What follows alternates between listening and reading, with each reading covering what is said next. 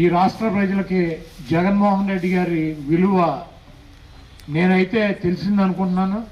ఎన్నికల్లో జగన్మోహన్ రెడ్డి గారు ఇచ్చినటువంటి నవరత్నాల హామీలు కానీ ఆయన అమలుపరిచినటువంటి కార్యక్రమాన్ని 2024 ఎన్నికల్లో ఈ రాష్ట్ర ప్రజలు గుర్తించకపోయినా 2029 ఎన్నికలు వచ్చేటప్పటికి జగన్మోహన్ రెడ్డి అనేటువంటి వ్యక్తి ఇచ్చినటువంటి మాట తప్పడన్నటువంటి నమ్మకం ప్రజలకు ఏర్పడుతుంది.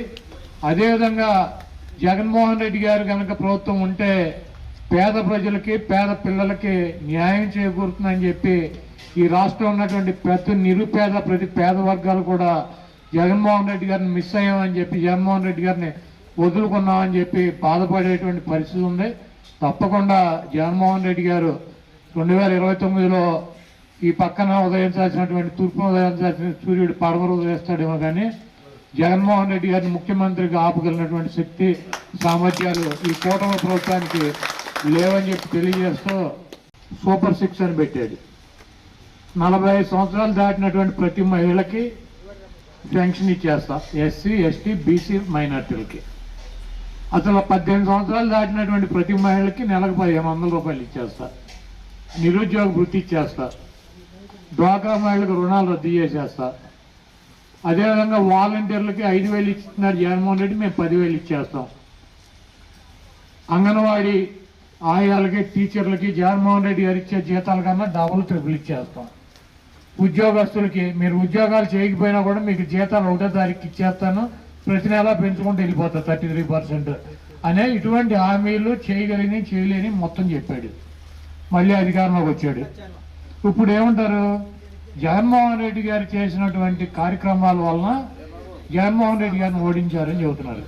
జగన్మోహన్ రెడ్డి గారు చేసినటువంటి కార్యక్రమాల వలన జగన్మోహన్ రెడ్డి గారు ఓడిపోవటం కాదు, చంద్రబాబు చేసినటువంటి దొంగ వాగ్దానాల వలన జగన్మోహన్ రెడ్డి గారు ఓడిపోయారు.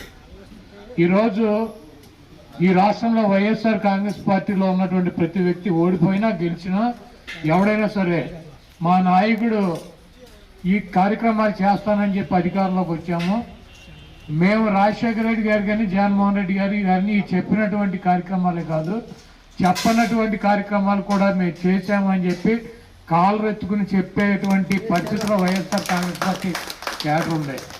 ఈరోజు చంద్రబాబు నాయుడు పవన్ కళ్యాణ్ మోడీ గారు ఆధ్వర్యంలో కూటమిలో దొంగ వాగ్దానాలు చేసి ఆ పార్టీ నాయకత్వమే మేము ఇస్తాడనుకుని మేము చెప్పాము, మాదే ఉంది ఆయన ఇవ్వట్లేదని చెప్పి ఈ నెపాలని చంద్రబాబు నాయుడు మీద నెట్టేటువంటి పరిస్థితి ఆ పార్టీలే వచ్చినాయి.